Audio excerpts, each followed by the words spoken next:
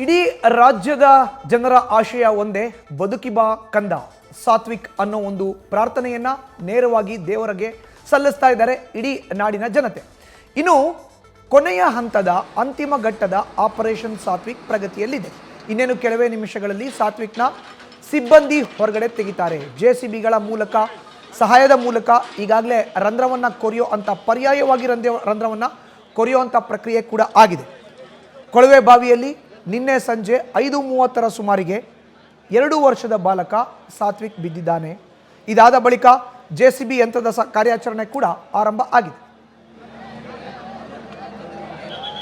ಇನ್ನು ನಮ್ಮ ಪ್ರತಿನಿಧಿ ರಾಚಪ್ಪ ಸಾತ್ವಿಕ್ ಅವರ ತಾಯಿಯನ್ನ ಮಾತಾಡಿಸಿದ್ದಾರೆ. ಬನ್ನಿ ನೋಡೋಣ ಅವ್ರೇನು ಹೇಳಿದ್ರು.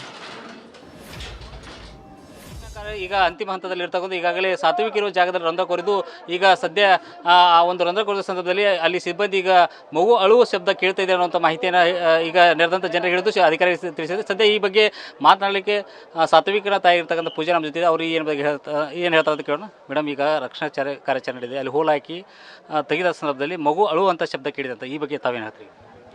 ನನ್ನ ಮಗು ಜೀವಂತ ಬತ್ತಲ್ರಿ, ಅಟ್ಟೆ ಸಾಕ್ರಿ. ನನಗೆ ಸಿದ್ದಾಪುತ್ಯಾಗ ಎಷ್ಟು ಹರಕೆ ಹೊತ್ಕೊಂಡ್ರು ಸಾಲ್ದ್ರಿ. ನನ್ನ ಮಗು ನನ್ನ ಮಡ್ಲಿಗೆ ಹೊಳಿ ಬತ್ರಿ.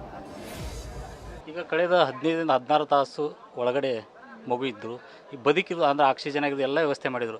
ಇಂಥ ಸಮಯದಲ್ಲೇ ಮಗು ಇನ್ನೂ ಬದುಕಿರುವಂಥದ್ದು ಮತ್ತು ಅಳುವುದು ಶಬ್ದ ಕೇಳಿದರೆ ಇದೊಂದು ಪವಾಡ ಸದೃಶ ಅಂತ ಹೇಳ್ಬೋದು. ಹಾಗಾಗಿ ಈಗ ತಾವು ಈ ಬಗ್ಗೆ ತಾವೇನು ಹೇಳೋದು? ಲಚ್ಚಣ ಸಿದ್ಲಿ ಮುತ್ಯ ಜಾತ್ರೆ ಮುಂತಾನ ಪವಾಡ ತೋರಿಸ್ಬಿಟ್ರಿ.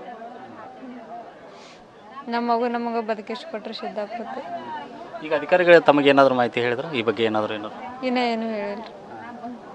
ಈಗ ಇಲ್ಲಿ ಆ ಮಗು ಹೊರಗೆ ತೊಗೊಂಡು ಏನೇನು ಮಾಡ್ತಾರೆ? ನಿಮಗೆ ಈಗ ಆಂಬುಲೆನ್ಸ್ನಲ್ಲಿ ಕುಂದಿರಿಸಿದ್ದಾರೆ, ಏನು ಮಾಡ್ತಾರೆ ಅಂತ ಹೇಳಿದ್ದಾರೆ? ಏನಾದರೂ ಆಕ್ಸಿಜನ್ ಹಚ್ತೀನಿ ಅಂತ ಹೇಳ್ಯಾರ. ಹಚ್ಚಿ ಇಂಡಿಯಾ ಆಸ್ಪತ್ರೆಗೆ ಹೋಯ್ತೀನಿ ಅಂತ ಹೇಳ್ಯಾರ. ಈಗ ಇಷ್ಟೆಲ್ಲ ಜಿಲ್ಲಾಡಳಿತ ಅಧಿಕಾರಿಗಳೆಲ್ಲ ಕಾರ್ಯಾಚರಣೆ ಸತತವಾಗಿ ಮಾಡಿದ್ದಾರೆ. ಒಂದೇನೋ ಅಂತಿಮ ಹಂತಕ್ಕೆ ತಲುಪಿದೆ, ಒಂದು ಹೊಸ ಆಶಾಭಾವನೆ ಹುಟ್ಟಿದೆ. ಚೊಚ್ಚಲ ಮಗು ತಮ್ಮ ಸಾತ್ವಿಕ ಮತ್ತೆ ಮರಳಿ ಹುಟ್ಟು ಬಂದ ಅನ್ನುವಂಥ ಅಳು ಶಬ್ದ ಕೇಳಿದ್ರೆ ಹಂಗೆ ಅನಿಸ್ತಾ ಇದೆ. ಅವ್ನು ಅಳು ಶಬ್ದ ಕೇಳಿದ್ರೆ ಒಂಥರ ಖುಷಿ ಆಗ್ಲಾಗತ್ತದ್ರಿ. ಇದಿಷ್ಟು ಏನಂದರೆ ಸಾತ್ವಿಕ ತಾಯಿ ಪೂಜಾರ ಮತ್ತು ಈಗಾಗಲೇ NDRF ತಂಡ ಮತ್ತು SDRF ಅಗ್ನಿಶಾಮಕ ದಳ ಈಗಾಗಲೇ ರಂಧ್ರ ಕೊರೆದು ಮಗು ಅಳುವ ಶಬ್ದ ಕೇಳ್ತಿದೆ ಅನ್ನುವಂಥ ಮಾಹಿತಿಯನ್ನು ಈಗಾಗಲೇ ಹೇಳಿದ್ರು. ಅವರ ಕುಟುಂಬಸ್ಥರಲ್ಲಿ ಮತ್ತು ತಾಯಿಯಲ್ಲಿ ಕೂಡ ಸಹಜವಾಗಿ ಒಂದು ಮಗು ನಮ್ಮದು ಹುಟ್ಟು ಬಂತು ಅನ್ನುವಂಥ ಭಾವನೆ ವ್ಯಕ್ತಪಡಿಸ್ತಾರೆ. ಇದು ಏನು ಲಚ್ಚಾನ ಪವಾಡ ಸಿದ್ಧಲಿಂಗನ ಪವಾಡ ಅನ್ನುವಂಥ ರೀತಿಯಲ್ಲಿ ಹೇಳ್ತಾ ಇದ್ದಾರೆ. ಕ್ಯಾಮ್ರಾ ಪರ್ಸನ್ ಪಾಂಡುರಂಗ ಜೊತೆ ರಾಚಪ್ಪನಿ, ನ್ಯೂಸ್ ಫಸ್ಟ್ ಕನ್ನಡ, ವಿಜಯಪುರ. ಸತತ 17 ಗಂಟೆಯಿಂದ ರಕ್ಷಣಾ ಕಾರ್ಯಾಚರಣೆ ಆಗ್ತಾ ಇರುವಂಥದ್ದು. ಒಂದು ಕಡೆ SDRF, NDRF ಅಗ್ನಿಶಾಮಕ ಸಿಬ್ಬಂದಿ ಜಂಟಿಯಾಗಿ ಕಾರ್ಯಾಚರಣೆಯನ್ನು ಮಾಡ್ತಾ ಇದ್ದಾರೆ. ಕೊಳವೆ ಬಾವಿನ ಎಲ್ಲಿ ಕೊರೆಸಲಾಗಿತ್ತು ಅದಕ್ಕೆ ಪರ್ಯಾಯವಾಗಿ JCBಯ ಮೂಲಕ ಒಂದು ರಂಧ್ರವನ್ನು ಮಾಡಿ ನೇರವಾಗಿ CC ಕ್ಯಾಮ್ರಾನ ಬಿಟ್ಟು ಕ್ಯಾಮ್ರಾದಲ್ಲಿ ಮಗುವಿನ ಚಲನವಲನವನ್ನು ಪತ್ತೆ ಹಚ್ಚೋದು, ಗುರುತು ಮಾಡೋದು. ಮತ್ತೊಂದು ಕಡೆ ಮಗುವಿಗೆ ಆಕ್ಸಿಜನ್ ಕೂಡ ಪೂರೈಕೆ ಮಾಡೋ ಅಂತ ಗುರುತರ ಜವಾಬ್ದಾರಿಯುತ ಕಾರ್ಯವನ್ನು ಸಿಬ್ಬಂದಿ ಮಾಡ್ತಾ ಇದ್ದಾರೆ. ನಿನ್ನೆ ಸಂಜೆ 5:30ರಿಂದ ಈ ಕಾರ್ಯಾಚರಣೆ ಆರಂಭ ಆಗಿದೆ. ಮಗು ಯಾವಾಗ ಕೊಳವೆ ಬಾವಿಲಿ ಬಿತ್ತು ಅಂತ ಗೊತ್ತಾಯ್ತೋ ತತ್ಕ್ಷಣವೇ ಎಚ್ಚೆತ್ತಂತ ಸ್ಥಳೀಯ ಜಿಲ್ಲಾ ಮಟ್ಟದ SDRF, NDRF ಮತ್ತು ಅಗ್ನಿಶಾಮಕ ಸಿಬ್ಬಂದಿ ಸ್ಥಳಕ್ಕೆ ದೌಡಾಯಿಸಿದ್ದಾರೆ.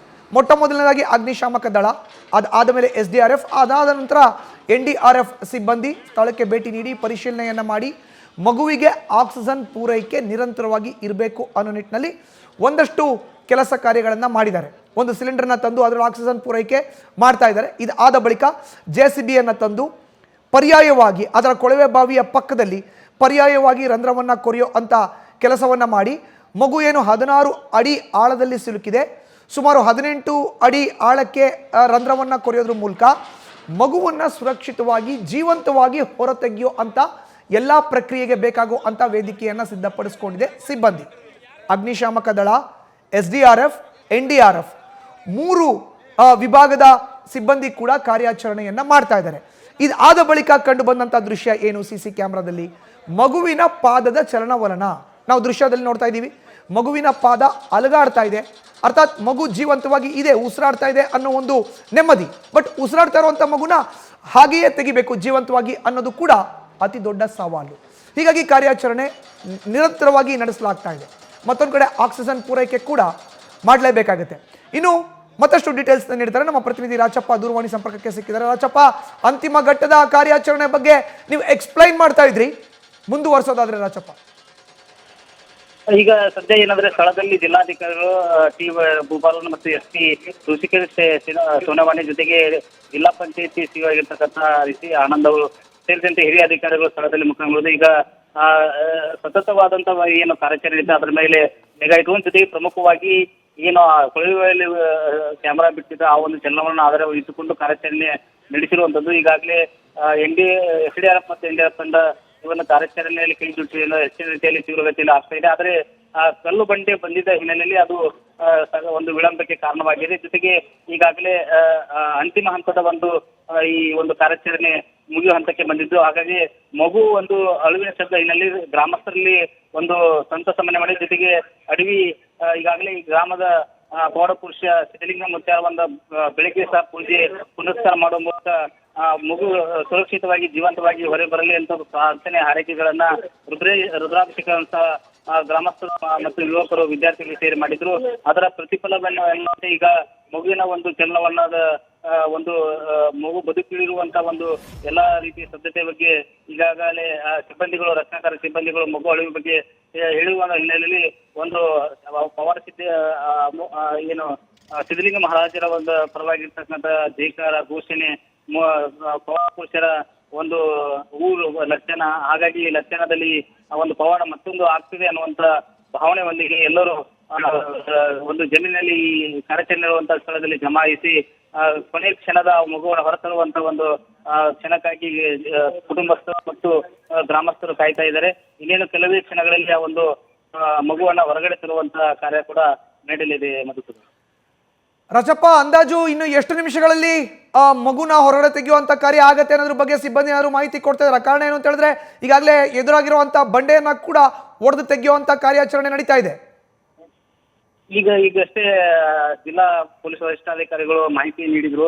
ಏನಂತಂದ್ರೆ ಈ ಬಂಡೆ ಕಲ್ಲು ಹೊಡೆಯೋದ್ರಿಂದ ಸ್ವಲ್ಪ ವಿಳಂಬ ಆಗ್ತಾ ಇದೆ. ಹಾಗಾಗಿ ಇನ್ನೂ ಕನಿಷ್ಠ 1.5 ಇಂದ 2 ಗಂಟೆಗಳ ಕಾಲ ಆಗ್ಬೋದು. ಅದರೊಳಗೆ ನಾವು ಮುಗಿಸುವಂತ ಎಲ್ಲ ಪ್ರಯತ್ನ ಮಾಡ್ತಾ ಇದ್ದೀವಿ. ಆದಷ್ಟು ಬೇಗ ಆ ಮಗು ಇರ್ತಕ್ಕಂಥ ಜಾಗದ ಸುತ್ತಲೂ ರಂಧ್ರವನ್ನ ಕೊರೆದು ಆ ಮಗುವನ್ನು ಸುರಕ್ಷಿತವಾಗಿ ತೆಗೆಯುವಂತ ಕಾರ್ಯಾಚರಣೆ ಪ್ಲಾನ್ ಅನ್ನ ರೂಪಿಸಿಕೊಳ್ಳಲಾಗಿದೆ. ಆ ರೀತಿಯಲ್ಲಿ SDRF, NDRF ಮತ್ತು ಅಗ್ನಿಶಾಮಕ ಸಿಬ್ಬಂದಿ ಜೊತೆಗೆ ಖಾಸಗಿ ಸಿಬ್ಬಂದಿಗಳನ್ನು ಬಳಸಿಕೊಂಡು ಈ ಕಾರ್ಯಾಚರಣೆ ಮಾಡಲಾಗ್ತಾ ಇದೆ. ಈಗಾಗಲೇ ಸಾಕಷ್ಟು ರೀತಿಯಲ್ಲಿ ಕಾರ್ಯಾಚರಣೆ ತೊಡಗಿರ್ತಕ್ಕಂಥ ಸತತವಾಗಿ 18 ಗಂಟೆಗಳ ಕಾಲ ನಿರಂತರವಾಗಿ ಆ ಕಾರ್ಯಾಚರಣೆಯಲ್ಲಿ ತೊಡಗಿ ನೀರು ಅನ್ನದೇ ಬಿಜಾಪುರದಲ್ಲಿ ಅಂದ್ರೆ ಬಿಸಿಲು ಸಾಕಷ್ಟು ರೀತಿಯಲ್ಲಿ ಬಿಸಿಲು ಇದ್ರೂ ಸಹ ನಿರಂತರವಾಗಿ ಬಿಸಿಲಿನ ಮಧ್ಯೆ ಕಾರ್ಯಾಚರಣೆ ನಡೀತಾ ಇದೆ. ಜೊತೆಗೆ ಬಿಸಿಲನ್ನು ಲೆಕ್ಕಿಸದೆ ಜನರು ಸಹ ಜಮಾಯಿಸಿ ಆ ಮಗುವೆ ಸುರಕ್ಷಿತವಾಗಿ ಜೀವಂತವಾಗಿ ಬರಲಿ ಅನ್ನುವಂತಹ ಹಾರೈಕೆ ಕೂಡ ಈ ಸ್ಥಳದಲ್ಲಿ ಗ್ರಾಮಸ್ಥರು ಸ್ಥಳೀಯರು ಮಾಡ್ತಾ ಇರೋದು. ರಾಚಪ್ಪ, ಹಾಗೆ ಸಂಪರ್ಕದಲ್ಲಿ ಇರಿ. ಇನ್ನು ಅಂತಿಮ ಘಟ್ಟದಲ್ಲಿ ಇದೆ ಆಪರೇಷನ್ ಸಾತ್ವಿಕ್. ಕೆಲವೇ ನಿಮಿಷಗಳಲ್ಲಿ ಸಾತ್ವಿಕ್ನ ಹೊರಗಡೆ ತೆಗೆಯುವಂತ ಪ್ರಕ್ರಿಯೆ ಕೂಡ ಆಗತ್ತೆ ಅನ್ನೋ ಒಂದು ಮಾಹಿತಿಯನ್ನು ನಮ್ಮ ಪ್ರತಿನಿಧಿ ನೀಡ್ತಾ ಇದ್ರು. ಇನ್ನಷ್ಟು ಮಾಹಿತಿಯನ್ನು ನೋಡೋಣ, ಆದ್ರೆ ಅದಕ್ಕಿಂತ ಮುಂಚೆ ನ್ಯೂಸ್ ಫಸ್ಟ್ ನಿರ್ಭೀತಿಯಿಂದ ನಿಮ್ಮ ಪರವಾಗಿ.